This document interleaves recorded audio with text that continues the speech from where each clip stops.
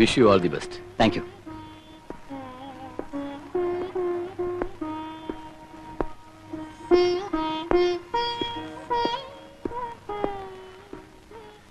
ഇങ്ങനൊന്നുമല്ല ഞാൻ വിചാരിച്ചിരുന്നത്. എന്നോട് ഇതൊക്കെ ഇനിയും പറയണോ?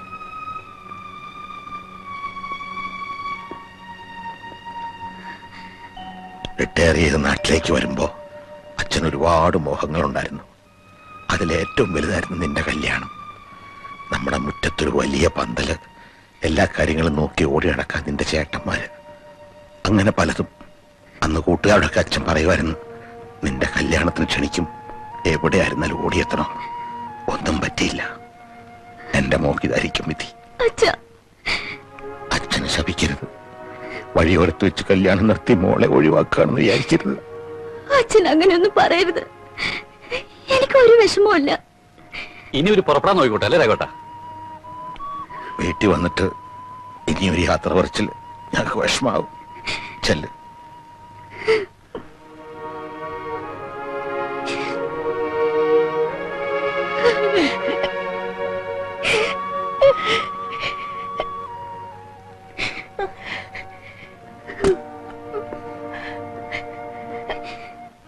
പുതിയ സ്ഥലത്ത് ജോയിൻ ചെയ്തതിന് ശേഷം ഒരു ദിവസം ഞങ്ങൾ വരാം. വരുമ്പോ കുറച്ചു ദിവസം അവിടെ താമസിക്കാൻ കൂടി തയ്യാറായിട്ട് വേണം വരാൻ.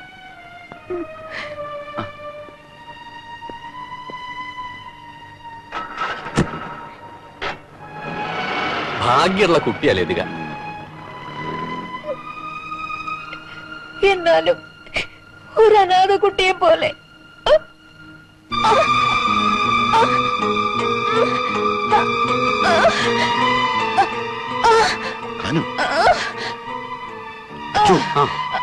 പോയ വണ്ടി വിളിച്ചോണ്ടോ? ശരി.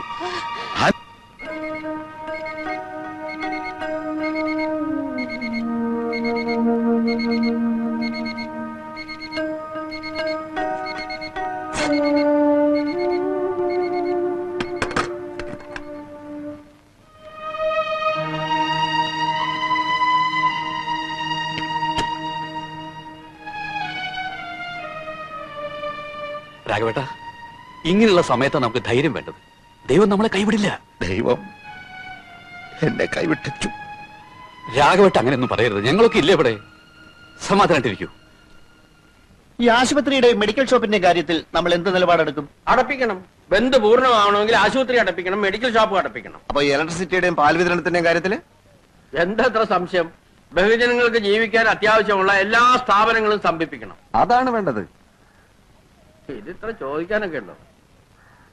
എടോ പ്രഭാകര, ഒന്നവിടെ നിൽക്കുക. ഭാനുവെടുത്ത് ആസ്പത്രിയില്ല. എന്താ അസുഖം? ഒരു നെഞ്ചുവേന വന്ന് ബോധം കെട്ടു വീണു. ഓഹോ, അച്ഛനെ അറിയിച്ചില്ലേ? അച്ഛൻ ആസ്പത്രിയിലുണ്ട്. ഉണ്ടല്ലോ, അപ്പൊ കുഴപ്പമില്ല, പറഞ്ഞാ മതി. 4-ാം തീയതി ബന്ധാണേ. ഞാൻ സമയം പോലെ വന്ന് കണ്ടോളാം. ചലോ. ഒന്ന് വേഗം നോക്കേണ്ട KRP. 4 മണിക്ക് മുമ്പ് 2000 കോപ്പി അടിക്കാനുള്ളതാ. അവസാനം വാക്കുകൾ നന്നായില്ലേ എന്നെ കുറ്റം പറയരുത്. അയ്യോ, വാക്കുകൾ നന്നായിരിക്കണം. ഓരോ വാക്കും ഓരോ ചാട്ടുളി പോലെ ഇരിക്കണം. RDP-ക്കാരന്റെ ആത്മാവ് കിടന്നുരിക്കണം. അപ്പൊ കുറച്ച് സമയം എടുക്കും. മോനെ പ്രകാശ, എന്താ, എന്ത് വേണം? KRP ഇപ്പൊ കാണാൻ പറ്റൂല. ഒരു വിവരം പറയാണ്ടായിരുന്നു. ഒരു വിവരം ഇപ്പൊ പറയാൻ പറ്റില്ല. പോണം മിസ്റ്റർ. ഒരു അത്യാവശ്യ കാര്യം. അതിനേക്കാളും വലിയ അത്യാവശ്യ കാര്യമാണ് ഇപ്പൊ ഇവിടെ നടന്നുകൊണ്ടിരിക്കുന്നത്. RDP-യുടെ ബന്ധിനെതിരെ ജനലക്ഷങ്ങൾ ഇളക്കി വിടാനുള്ള നോട്ടീസ് തയ്യാറാക്കിക്കൊണ്ടിരിക്കുകയാണ് KRP. മനസ്സിലായി? അച്ചുവേട്ടന് എന്താ വേണ്ടത്? എനിക്കൊന്നും വേണ്ട. അമ്മ നെഞ്ചുവേനായിട്ട് ആസ്പത്രി കിടക്കുക. സാരല്ല, അമ്മയല്ലേ. KRP-യുടെ മറ്റൊരമ്മയുടെ രക്ഷയ്ക്ക് വേണ്ടിയുള്ള പ്രവർത്തനത്തിലാ. ഭാരതം എന്ന നമ്മുടെ എല്ലാവരുടെ അമ്മ, ഭാരതമാതാവ്. KRP സമയം പോണ നോട്ടീസ് എഴുതൂ. നിങ്ങളൊന്ന് പോണം മിസ്റ്റർ. നിങ്ങളാണല്ലേ പറഞ്ഞേ? എഴുതൂ. ഇപ്പൊ എവിടെ എത്തി? ഭരണപക്ഷത്തിന്റെ ക്രിയാത്മകമായ പ്രവർത്തനത്തിന് വേണ്ടി. അങ്ങനത്തെ വാക്കുകൾ തരട്ടെ.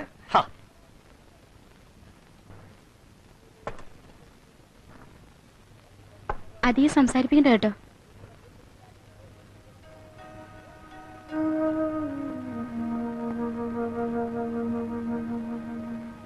ഇത്തിരി കഞ്ഞിയാ. ഭാനുവെടുത്തേക്ക് ഇപ്പൊ സുഖമുണ്ടെന്ന് ടീച്ചർ വന്ന് പറഞ്ഞു. ഒന്നും കൊടുക്കണ്ടെന്നാ ഡോക്ടർ പറഞ്ഞിരിക്കുന്നത്. ആയിക്കോട്ടെ, കഞ്ഞി രാഘവേട്ടന് കുടിക്കാലോ. ഇപ്പൊ എങ്ങനെയുണ്ട് എടുത്തി? പ്രഭയും പ്രകാശനെയും ഒന്നും കണ്ടില്ലല്ലോ അച്ചു. അത് അവരിത് അറിഞ്ഞിട്ടില്ലല്ലോ. 4 കൂടിയ വഴി വെച്ചിട്ട് പ്രശാന്തനെ കണ്ടു. അവൻ കുട്ടിയല്ലേ, വെറുതെ വിഷമിപ്പിക്കണ്ടെന്ന് കരുതി ഞാനൊന്നും പറഞ്ഞില്ല. ചിലപ്പോ ഈ വിവരം അറിഞ്ഞിട്ട് എല്ലാവരും കൂടി ഇപ്പൊ എത്താനും മതി.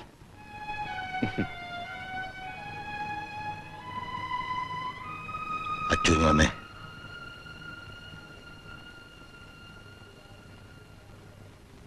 എന്തേ? നീ നീ പ്രഭയം പ്രകാശനെ കണ്ടില്ലേ? അച്ചു, നിന്നെ ഞാൻ ഇന്നോ ഇന്നലെ കാണാൻ തുടങ്ങിയല്ല. രണ്ടുപേരെ നീ കണ്ടു, നിന്റെ മുഖം കണ്ടറിയാം. എന്താ രാഘവേട്ട ഈ പറയണത്? നേര് പറ, നീ അവരെ കണ്ടില്ലേ? അതല്ലല്ലോ നമ്മുടെ ഇപ്പോഴത്തെ പ്രശ്നം. വെറുതെ ഒന്നറിയാൻ വേണ്ടിട്ടാ. അതൊക്കെ കള രാഘവേട്ട. രാഘവേട്ടൻ ഇപ്പൊ എന്താ വേണ്ടത്? രാഘവേട്ടന്റെ എന്താ ആവശ്യത്തിന് ഞാനുണ്ട്, ടീച്ചറുണ്ട്. വേറെ എത്ര പേരെ വേണം സഹായത്തിന്? പറ. എന്റെ മക്കള് തിരക്കിലാണല്ലേ. ഇതൊക്കെ ജീവിതത്തിലെ ഒരു അനുഭവങ്ങളാണ് അച്ചു. മക്കള്, രക്തബന്ധം എന്നൊക്കെ നമ്മൾ പറയാറില്ലേ, അതിനൊന്നും ഒരർത്ഥവും ഇല്ലടാ.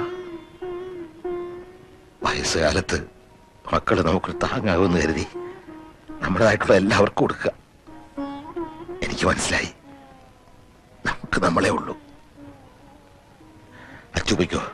എന്റെ മക്കള് തിരിഞ്ഞു നോക്കാത്തടത്ത് നിനക്ക് എന്ത് കാര്യം? അല്ല, ഞാൻ പൊയ്ക്കോ. ഇവിടെ ആരും വരണ്ട, എനിക്കാരും കാണുകയും വേണ്ട. എന്നോടും ഭാനുവിനോടും ദയവുണ്ടെങ്കിൽ ദൈവം ഞങ്ങളെ പെട്ടെന്ന് വിളിക്കും. ഭരണം അവരുടെ കയ്യിൽ, പോലീസ് അവരുടെ കയ്യിൽ. ടൗണിൽ അങ്ങോളം ഇങ്ങോളം പോലീസ് അണിനിരക്കുമെന്നാണ് കേൾക്കുന്നത്. അങ്ങനെ വരുമ്പോ എല്ലാ കടകളും തുറക്കും. നമ്മൾ പോലീസിനെ അറ്റാക്ക് ചെയ്യും. എന്ത് പിണ്ണാക്ക് വെച്ചാ നമ്മൾ പോലീസിനെ അറ്റാക്ക് ചെയ്യുന്നത്? പിണ്ണാക്കും? മിസ്റ്റർ കോട്ടപ്പള്ളി, അൺപാർലമെന്ററി ആയിട്ടുള്ള പദങ്ങൾ പ്രയോഗിക്കരുത്. പിണ്ണാക്ക് പാർലമെന്ററി ആയിട്ടുള്ള പദമാണ്. അതൊരു ഭക്ഷ്യവസ്തുവാണ്, പശുക്കൾ കഴിക്കുന്നത്. പക്ഷെ സന്ദർഭം അൺപാർലമെന്ററി ആണ്. Don't repeat it. എങ്ങനെ അറ്റാക്ക് ചെയ്യും എന്ന് പിള്ള സാർ പറഞ്ഞില്ല. ഛത്രപതി ശിവജിയുടെ രീതി, ചെമ്പടയുടെ രീതി, ഫെഡറൽ കാസ്ട്രോയുടെ രീതി. നമ്മുടെ മുമ്പിൽ ചരിത്ര പുസ്തകങ്ങളുണ്ടല്ലോ. Guerrilla warfare, ഒളിയുദ്ധം. അതിനൊക്കെ ആയുധം എവിടെ? വല്ലഭന് പുല്ലുമായുധം. വല്ലവന്റെ കാര്യമല്ല നമ്മൾ ഇവിടെ പറയുന്നത്. കരിങ്കല്ലുകളും നാടൻ കല്ലുകളുമാണ് നമ്മുടെ ആയുധങ്ങൾ. അത് വെച്ച് നമ്മൾ പോലീസിന്റെ നേർക്ക് മിസൈലുകൾ അയക്കും. അതിന് ടൗണിൽ എവിടെയാ ഒളിത്താവളങ്ങള്? അഴുക്ക് വെള്ളം ഒഴുകുന്ന ഓടകൾ, പിന്നെ ആ അരയാൽ മരം. രാത്രി 12 മണിയോടുകൂടി നമ്മുടെ യോദ്ധാക്കൾ ഈ പറയുന്ന സ്ഥലങ്ങളിൽ സ്ഥാനം പിടിക്കണം. നനച്ചിരിക്കാത്ത നേരത്തായിരിക്കും അറ്റാക്ക്. സംഘർഷവും അരക്ഷിതാവസ്ഥയും സംജാതമായാൽ പിന്നെ ഒറ്റക്കടകളും തുറക്കുകയില്ല. പോലീസ് പിടിച്ചാ പിടികൊടുക്കണം. കൈ നനയാതെ ഇവിടെ വിപ്ലവം വിജയിപ്പിക്കാൻ സാധ്യമല്ല. വരൂ, നമുക്ക് പോയി ഒളിത്താവളങ്ങൾ കണ്ടുപിടിക്കാം. എനിക്കിത് നടക്കുമെന്നുള്ള Kottappally, first obey then question. Come on. അയ്യോ, എന്താ?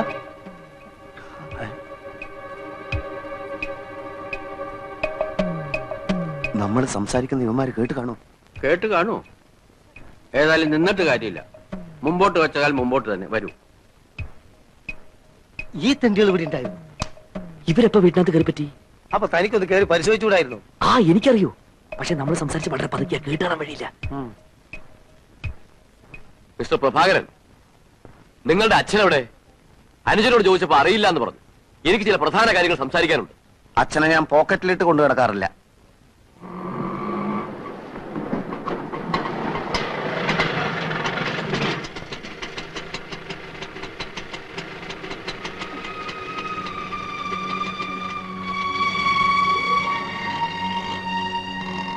എല്ലാവരും ഉണ്ടല്ലോ.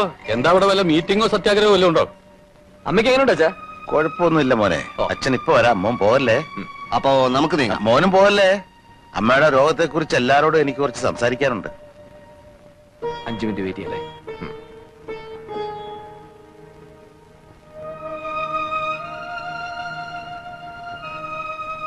മിസ്റ്റർ രാഘവൻ നായർ, ഞങ്ങൾക്ക് ചില കാര്യങ്ങൾ പറയാനുണ്ട്.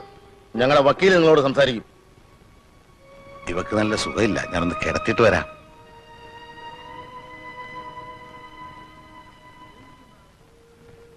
കിടന്നോ? എനിക്ക് ക്ഷീണമൊന്നും തോന്നുന്നില്ലെന്നേ. എന്നാലും ദേഹവാധി ഇളക്കണ്ട.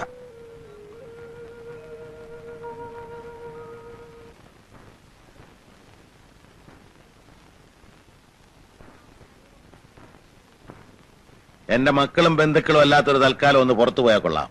ഞങ്ങൾക്ക് അല്പം കുടുംബകാര്യങ്ങൾ സംസാരിക്കാനുണ്ട്. KRP, നമുക്ക് ഒരുപാട് പണികളുള്ളതാ. KRP, CRP ഒക്കെ ഗേറ്റിന് പുറത്ത് ഇറങ്ങി പോണം മിസ്റ്റർ.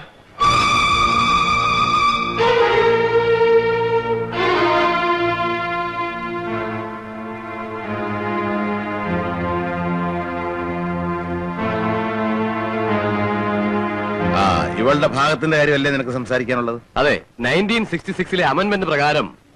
അപ്പൊ നിങ്ങൾ വിവരമൊന്നും അറിഞ്ഞില്ലല്ലേ? ഭാനുമതിയുടെ പേരിലുണ്ടായിരുന്ന സ്ഥലം പോയി, ബാങ്കുകാർ ജപ്തി ചെയ്തു. ഇനിയിപ്പൊ നിങ്ങളുടെ വീതം ബാങ്കുകാരോട് എന്ന് ചോദിക്കും, അവര് ചിലപ്പോ തരുമായിരിക്കും. പിന്നെ ഉള്ളത് ഈ വീടാ. വീട് എന്റെ പേരില. ഇത് ഇപ്പൊ വീതം വെക്കാൻ എനിക്ക് മനസ്സില്ല. എന്ന് വെച്ചാൽ മോനെ ആനന്ദ, എന്റെ ഇഷ്ടമില്ലാതെ ഇത് വീതിക്കാൻ നിന്റെ ഈ വക്കീലോ വക്കീലിന്റെ അപ്പനോ വിചാരിച്ചാൽ നടക്കില്ല. എന്റെ മോളെ കെട്ടണമെന്ന് പറഞ്ഞ് ഞാൻ നിന്റെ പിന്നാലെ വന്നു. നിനക്കൊരു ഭാര്യയും കുടുംബവും ഉണ്ടാവണമെന്നുള്ളത് നിന്റെ ആവശ്യമായിരുന്നു. ഇവളല്ലായിരുന്ന വേറൊരുത്തെ നീ കെട്ടുകയും ചെയ്യുമായിരുന്നു അല്ലേ? ഞാനുമായിട്ട് ഒരു ബന്ധവും ഇല്ലാത്ത നിനക്കൊരു കുടുംബം ഉണ്ടാകാൻ വേണ്ടി എന്റെ സമ്പാദ്യത്തിന്റെ ഒരു വലിയ ഭാഗം ചെലവഴിച്ചവനാ ഞാൻ. ആ കുറ്റത്തിനാണോ നീ ഇപ്പൊ എന്നെ ശിക്ഷിക്കുന്നത്? എന്ത് ധൈര്യത്തിലാ നീ ഈ വക്കീലിനെ കൂട്ടി ഈ പടി കയറിയത്? നീ സമ്പാദിച്ചു വല്ല ഇവിടെ ഇരിപ്പുണ്ടോ? ഭാര്യയെ നോക്കേണ്ടത് ഭർത്താവിന്റെ മാത്രം കടമയാണ്. അത് ഒരിക്കലും ഭാര്യ വീട്ടുകാരെ ആശ്രയിച്ചിട്ടാകരുത്. നിനക്കും ഉണ്ടല്ലോ മോളെ 2 കുഞ്ഞുങ്ങള്. നാളെ അവര് നിന്നോട് ഇങ്ങനെ പെരുമാറിയാൽ എന്തായിരിക്കും നിന്റെ സ്ഥിതി?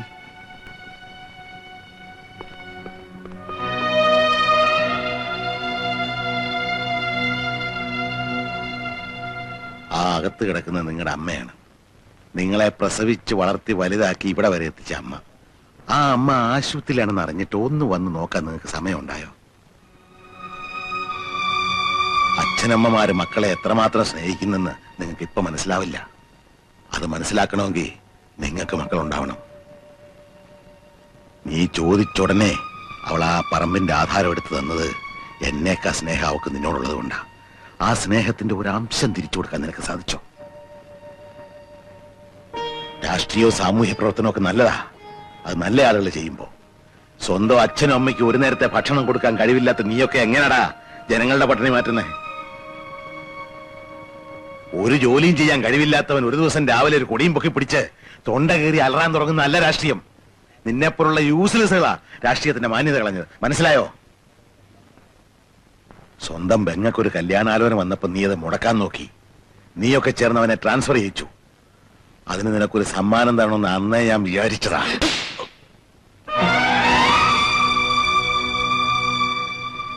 ഏതൊരു ബിസിനസ്സിലും മുതൽ മുടക്കുന്ന ലാഭം കിട്ടണം, അല്ലെ ബിസിനസ് പൊളിയും. എന്റെ ബിസിനസ് പൊളിഞ്ഞിരിക്കുകയാണ്. നീയൊക്കെ ജനിച്ച അന്ന് മുതൽ ഈ ദിവസം വരെ എന്റെ ചോരയെ നീരുവായിരുന്നു എന്റെ ഇൻവെസ്റ്റ്മെന്റ്. അത് വറ്റിക്കഴിഞ്ഞിരിക്കുന്നു.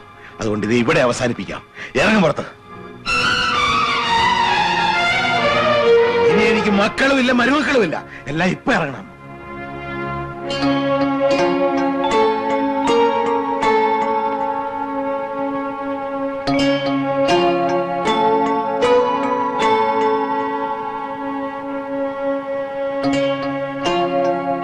ആദ്യം സ്വയം നന്നാകണം, പിന്നെ വീട്, എന്നിട്ട് വേണം നാട് നന്നാക്കാൻ.